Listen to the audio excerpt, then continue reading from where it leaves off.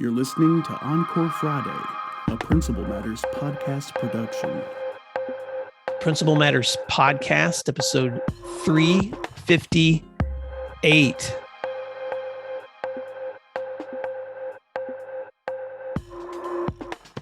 Hi, friends. This is Will Parker, host of Principal Matters, the school leaders podcast, where each week I bring you inspiring, innovative, and imaginative ideas for your own school leadership.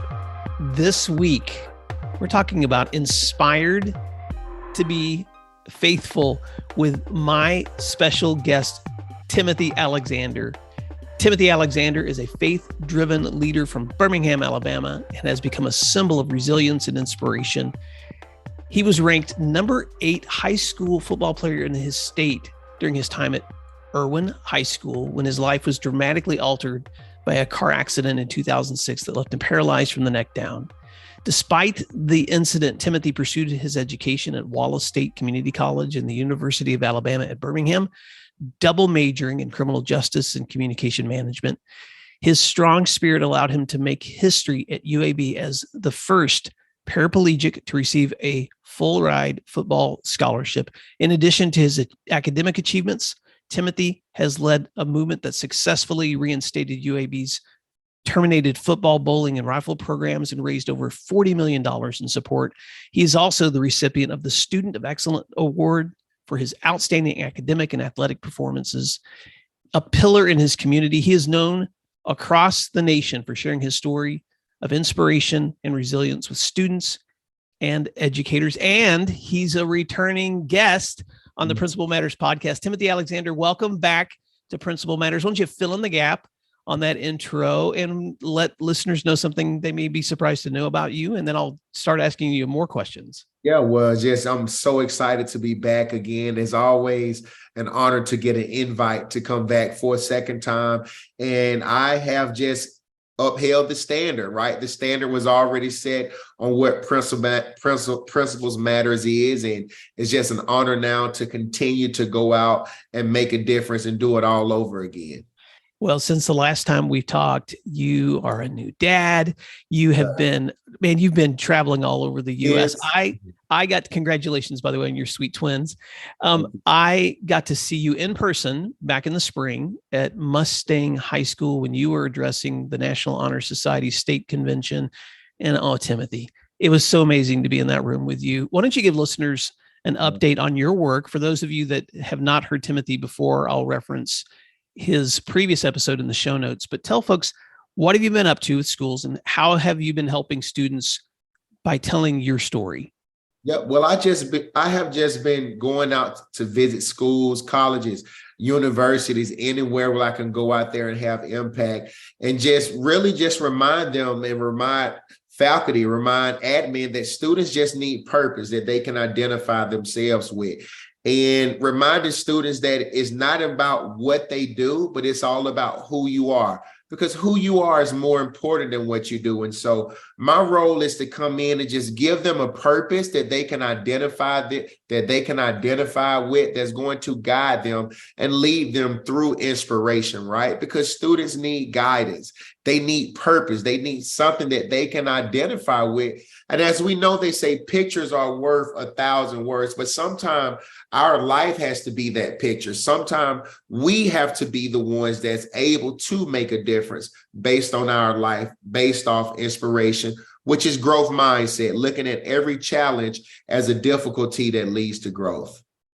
When you address students, Timothy, there's something magic that happens. And I want to just, if it's okay with you, I want to kind of dissect your work for just a few minutes, especially for principals who may be thinking about how your work could help in their schools.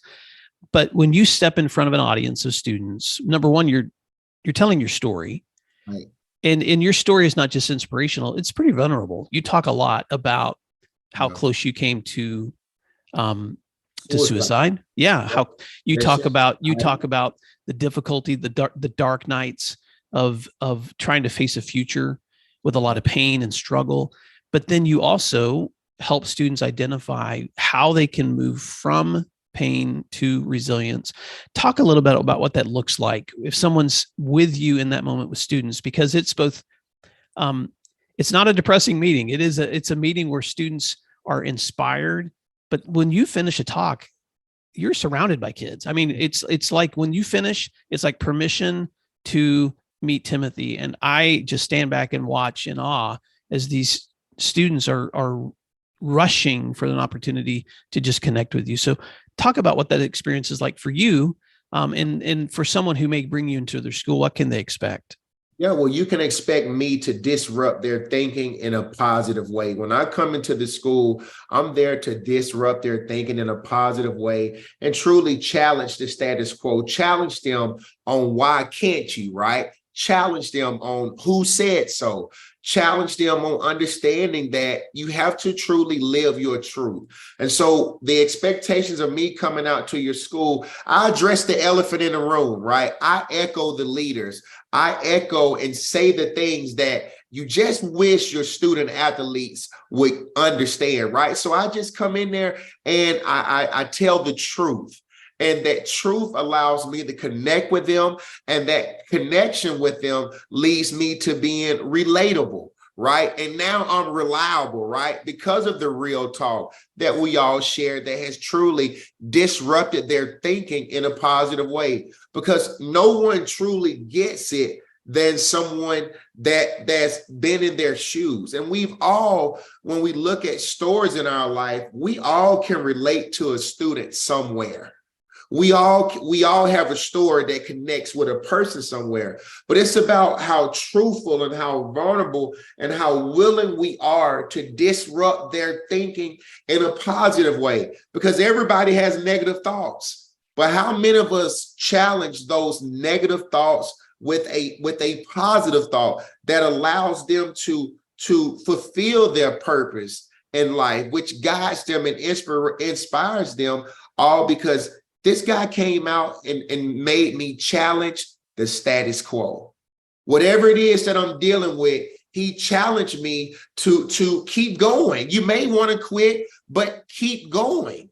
And if you do quit, come to that renewedness of the mind and pick up where you left off. Throw a pin and wherever it lands, start from there. But we got to challenge these students to disrupt their thinking in a very, very positive way.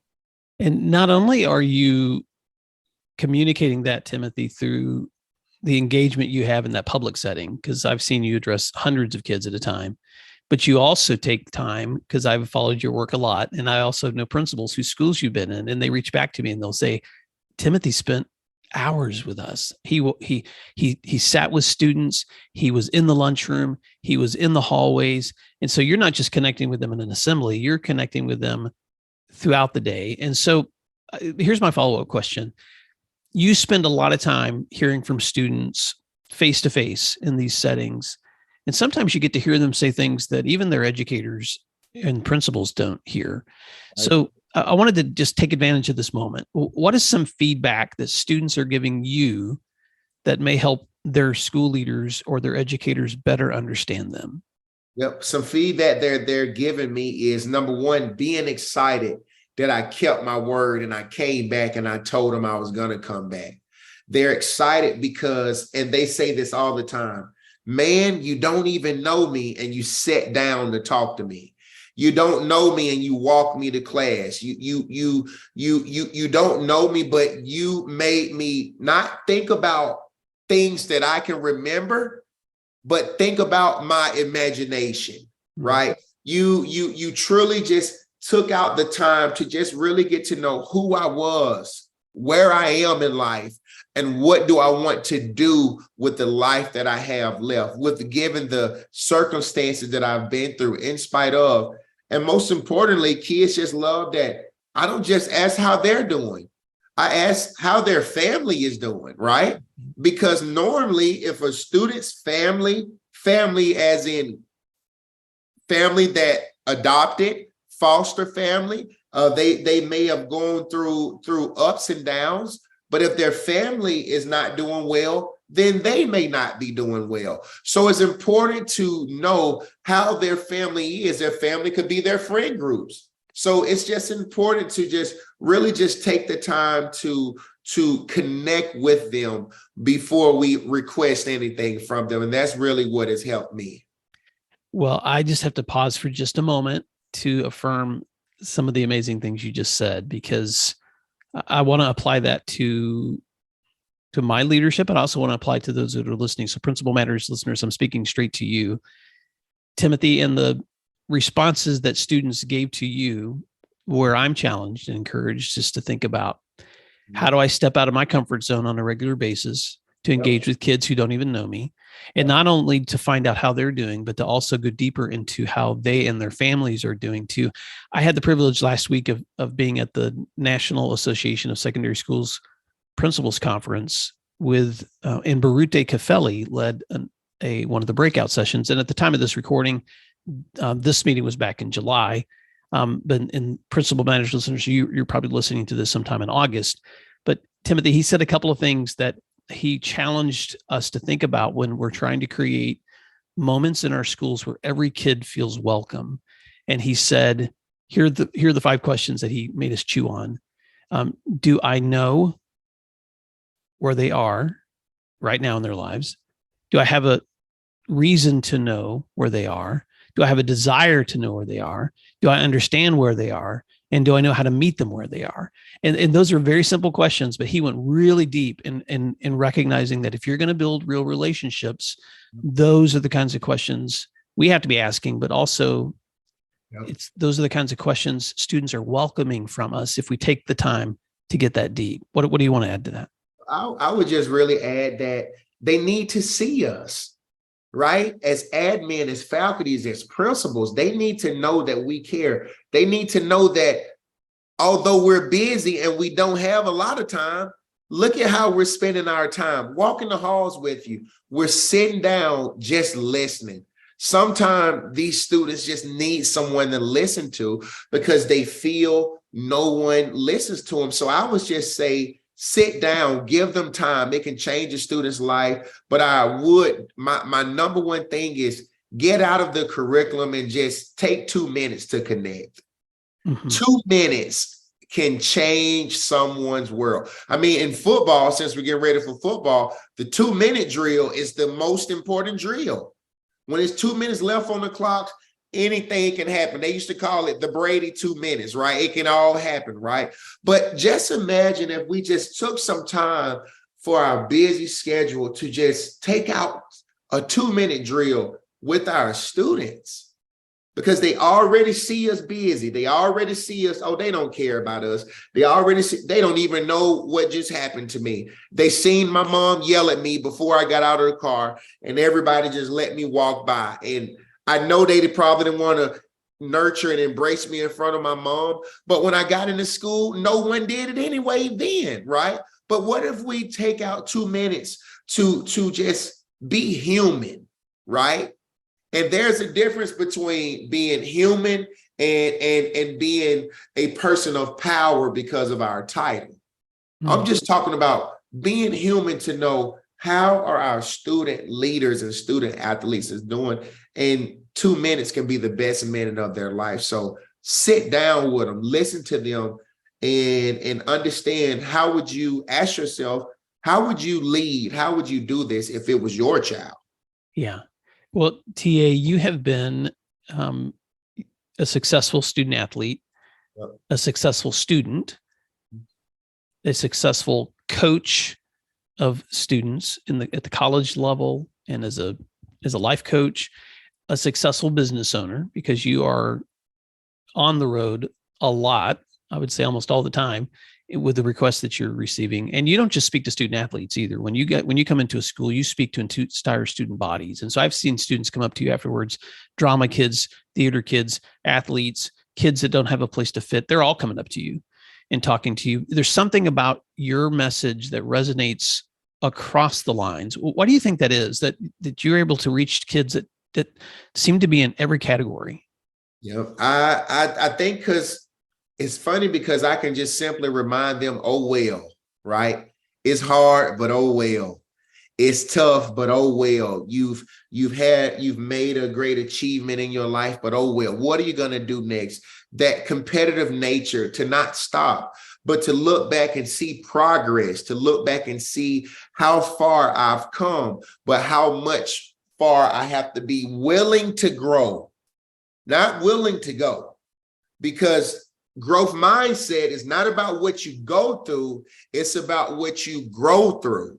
So as you look back in your life and you see your progress and you see all the things that you've gone through, and as you look toward the future, as you look towards the future from where you are right now, lasered in with focus, you challenge them by saying, hey, you will face obstacles, but obstacles are meant to get over. And that's why we say, oh, well, because we don't need it to be easy. We just need it to be possible. I love reminding faculty, staff, teachers, corporations, students, student athletes all around the world. I always like to remind them that if it was easy, everyone would be doing it. But everybody's not doing it, right? And sometimes the easy things we make hard, right? Not being tardy, not disrupting class, being respectful, being attentive to compliance, treating people the way we want to be treated, right? Those are easy things to do, but we make those hard, right? But we just have to truly hold them accountable. We have to truly hold them accountable and help them understand we got the major and the minors. It's not about just dreaming big, but it's about focusing small. But that goes back to your perspective, right? We have to go back to perspective and remind them that this is the moment that they signed up for, and they got to hold themselves accountable. Hi, friends. Did you know that Principal Matters, the School Leaders Podcast, has been downloaded over 1.5 million times? We are so proud to share conversations, interviews, and resources to support leaders like you who are serving school communities worldwide. And I'd like to invite you to explore our books, our professional development offerings, our Grow Academies, our masterminds, executive coaching, and keynote presentations, because we're here to help you and your teams build schools that you're proud to call home. So here's my question. How are you planning to keep growing in the semester ahead? We're booking events right now for the next 2 years, and we would love to serve you in person or virtually. So visit williamdparker.com and click services, or email me at will@williamdparker.com to connect. I would love to hear from you. Thank you, and I hope you enjoy the rest of today's show. I want to take advantage of this moment to talk about some of the habits that lead to achievement. And I'm saying that in the context of first of all, I just want to say this on the front end, TA, that whenever I ask other leaders, tell me about your habits, I recognize none of us practice our habits perfectly. So I don't want to try to, I never want to put the pressure on anyone that you're the, I know that sometimes even when I think about my own practices, I have to consistently refocus and reflect on, okay, where are the areas where I need improvement? But having said that, you have experienced a lot of success in your work and in your life. And I'm not saying that without the idea that you don't still need growth, because all of us do. But could you share some of your own personal habits that might help other leaders who are thinking about ways that they can reflect on their own habits that lead to growth? I think one of my habits is, because I talk so much, whenever I get an opportunity, I am slow to speak and quick to listen. That's my number one habit. You got to slow down to listen, right? Because when you slow down to listen, you'll be able to find out everything that you need to know. And then after that, I got to take care of myself, right? I have to be willing to slow down and listen to myself. Because if you don't even listen to yourself, how are you going to listen to anyone else, right? And so I in order to go fast, you got to go slow. You got to sit down and allow your thoughts to help you lead you to a different place. And one of the things that I do, I just take a deep breath, right? Every day I wake up, I have to take a deep breath. The reason why I say that is because I'm a paraplegic and I have spasms early in the morning. And I know that if my breathing is not where it could be, like these spasms can go 5-10 minutes long. So in the morning, I know that this spasm is about to come, but the only way that I can control it is just breathe. You got to breathe. And when you're breathing, it allows you to control the things that you can't control. But one of the things that I do, I just truly, my habits are I'm slow to speak, but I listen. And I just put myself in other shoes. If I were them, what would I be thinking? If I were them, how would I do it? Yes, sir. I love that. Now, you've also coached a lot of student athletes. Yeah. And so I want to just sit here for just a moment. I know you've touched on some of this already, but for leaders who have to hold others accountable while also maintaining trusting relationships, what are some of the lessons you've learned in that balance? Yep. Remind them that this is what they signed up for. This is what you signed up for. This is what you committed to. And sometimes the conditions may want to lead us away from our commitment. But sometimes when the conditions are not what we seem they should be, we should lean more towards our commitment. So just remind them what they signed up for. Remind them again, oh, well, we know it's hot outside, but oh, well, this is why we ask you to hydrate. This is why we ask you to get your rest. This is why we ask you for nutrition. But one of the things that I do know that what helps me have instant connection is that whatever their struggle is, because we all have struggles, whatever their struggles is, that we have a story that connects with them. And it's not about telling any story. It's about what story do you have that can connect with them in that area. When I think about the young man, coach, my grades are not where they should be, and I'm truly not doing well in school. But I gotta play. I gotta instantly remind them, hey, we are an academic university first, right? Would you rather get your grades up and miss practice, or miss tutoring and go to practice, and then you may never even get to do anything but practice, right? Because you're ineligible, right? So it's just giving them a story of perspective, and it goes back to perspective. But by doing that, it allows me to be accountable. It allows me to show them that I've been where they are. This was my story, and what's going to be your stories, right? That what's going to be your story. I know there are going to be listeners who may be familiar with your story from our previous time together, or those who have encountered your story or had you in their schools. But I want to take a moment, Timothy, with your permission, for listeners who may be getting to know you for the first time, to take us back to your story. Talk a little bit about your story and the lessons of resilience that it taught you, and some of the things that you share when you're with students that help them identify your story with their own. Yeah. So my senior year in high school, out of 3 people, I was the only one that was hurt.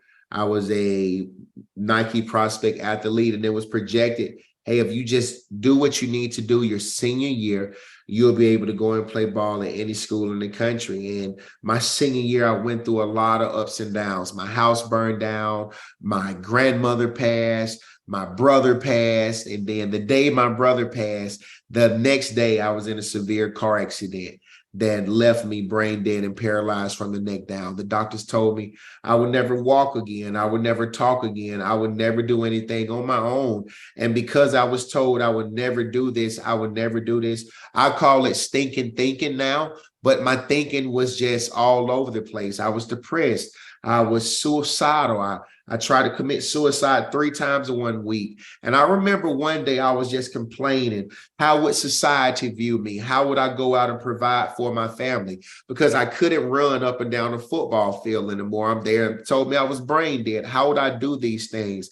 And I remember crying one day and just saying, why me? Why me? And one of my friends said, why not you? You got to get to a point in your life where you're saying, who cares what others think? And so what began to happen for me was I began to challenge my memory. All I could remember was me walking. All I could remember was me doing the things that I was doing rather than laying here just being paralyzed. And so my memory led to my imagination, and my imagination gave me this vision that I would be able to go out and allow the unthinkable to become achievable. And so I ended up graduating high school. I didn't get a chance to walk across the stage. I rode across the stage. After I graduated high school, I had to take a year off just to allow my brain to develop. A year later, I enrolled at a community college here in Alabama, Wallace State Community College, where I made a 13 on my ACT. And I had to start off taking math 098, reading 096. Still were challenged, but I accepted the challenge and kept going. I had a lot of academic probation, almost flunked out my first semester. And my great friend, Miss Lisa Smith, who worked as the dean, she said, "It's school for you." I said, "I'm trying to make it be." My mother never went this far. My father never went this far. My dream is to finish my dream. And my dream was to earn an education. Because of my upbringing, I was labeled incompetent of learning. I had a learning disability and I was mentally challenged. And I just wanted to earn education. I became a great student athlete. I wanted to make it to the NFL, and I wanted to do something for my family. Because I was able to hold my hand up, that allowed me to stand out in the crowd. I was able to graduate on the dean's list, and it shocked me that I could do the unthinkable by just being courageous, by just being brave. It was hard. Many nights I fell asleep on my computer. It was hard spending 8 hours in a tutoring room. It was hard. But when you do what is easy, life will be hard. But when you do what is hard, life will be easy. I graduated, and me graduating gave me the gratitude to go to college, where I became the first paraplegic at the University of Alabama in Birmingham to ever receive a full ride in football. And I never touched the field, and I was able to become an Emmy Award winning speaker, a best-selling author, the director of character development, career placement, all these different titles and things that I've been able to receive. But I've just really now, because of my story, because of everything that I've went through, I have really been focusing on the people, right? Because again, sometimes we get so caught up in our titles, right? We get so caught up in our titles. And my senior year in high school, I was caught up in my title, this 5-star athlete, opportunity to go and play ball anywhere. My mom would tell me, "You got to slow down." And I was just like that guy on the Titanic. "Be quiet. I know what I'm doing. Be quiet. I know what I'm doing. Nothing's going to happen to me." And I end up doing something to myself that if I just would have slowed down, I believe I would be farther than where I am today. But I'm thankful for where I am today because of the lives that I've impacted, because of relationship. It's all because of relationship. A person with the title with no relationship is just a person with the title, Will. But a person that has a relationship is a human being. That's what it's about, always understanding. You know, Timothy, when I was setting up this show, I titled this "Inspired to be Faithful" with Timothy Alexander. And I'm also thinking another title I could have used was "Inspired by Redemption." Yeah. Because, man, your story is so redeeming. And there's Principal Matters listeners, I know you are just as inspired as I am right now listening to Timothy and his story. You know, part of the reason I know your story too is because we spent a lot of time together one-on-one. And who you are when you're in public is who you are when you're in private, Timothy. And that integrity is such an important part of how I believe you've been able to build relationships with other people. How can listeners stay connected with you if they want to find out more about your work, they want to invite you to their school? And I'll put a QR code in the show notes and then on my website, but tell folks how they can reach out to you. You can reach out to me at inspiredbyta.com. inspiraredbyta.com. We have an amazing team that's excited to connect, that's excited to challenge, and they're excited to remind you that we don't need it to be easy. We just need it to be possible. If you can't remember that, just remember Inspired by TA. I'm one click away. inspiraredbyta. Thank you, Timothy. I'm also going to put a link in the show notes if you want to go to my website at williamdparker.com and look at episode 358. You can connect with Timothy there. And Timothy, I just want to make a quick announcement. Now that Principal Matters has become my full-time work, I reached out to you as my friend and asked you if I could include you on my website, because I'm creating a tab that I'm calling Principal Matters Associates for my friends who are doing incredible work, whom I would recommend to anyone. And you are that man. And so thank you so much for saying yes to me when I ask you for that opportunity. As we wrap up, I just want to give you an opportunity to any parting words of advice for listeners as they're stepping into a new school year. Yep. The greatest advice that I can give you, I give you what a friend told me a long time ago. And he said, the greatest use of life is to so live your life so that the use of your life outlives your life. The coaches, the teachers, the people that inspired me through education, some of them are not with us anymore, but their life is still inspiring my life. Step in the hallways, as I step into my car, as I put my helmet on of an educator, I always think about how their life affected me. And so I just challenge you to be bold, to be brave, and be brief, but to always remember, if you need help, just remember you can do it. And if you need help, I can help you do it. But have fun. You are the one called on. Go out there and make a difference, because what you do truly does matter. I don't even need to wrap up the show. Timothy Alexander, thank you so much for this opportunity to reconnect with you, my friend. And Principal Matters listeners, I want to encourage you right now, jump on your computer, your phone, whatever. You can either go to my website at williamdparker.com, or you can go to inspiredbyta.com, and you can connect with Timothy Alexander and get him in your school this year. TA, until next time, thank you. And Principal Matters listeners, thank you for doing what matters. And we'll talk to you again soon.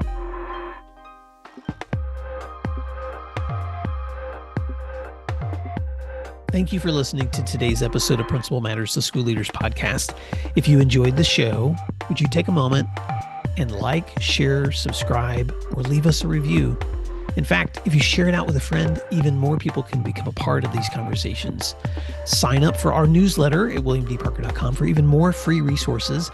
And don't forget to check out our website to learn more about our books, professional development offerings, Grow Academies, masterminds, executive coaching, and keynote presentations. Wow, let's keep learning together. And thank you for doing what matters. Encore Friday.